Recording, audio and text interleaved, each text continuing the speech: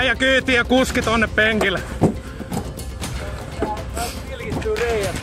Peukkoiset reijät. Äijä kyyti ja kuski penkille. Mitä vammoille on tehty? Ei jääty tekee mitään. Sisään vaan.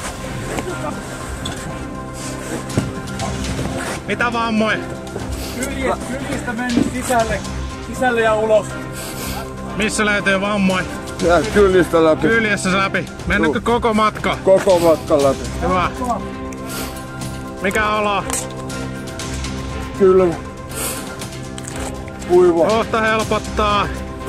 Meillä on punainen potilas, sillä on levistävä rintakehävamma, hengitysvaikeudet pahenee, on pakko saada tää saman tien liikkeelle.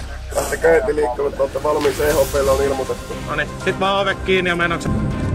Nyt tuntuu vähän ikävältä, mä helpotan sun oloon, puran sutta paineilmarinnat. Ai, sinne meni. Hyvin pihisee. Sitten jutellaan loppumatka mukavia, mikä olo? Hyvä.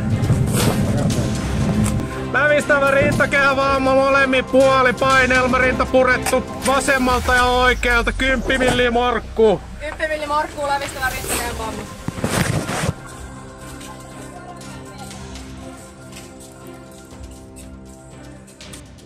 Kentällä tehdystä toimenpiteestä? Hengittää.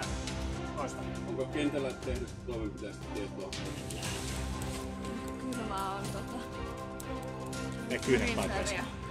Jos pääset niille kyynät taipeeseen. No niin, siinä vaan. Kello käy.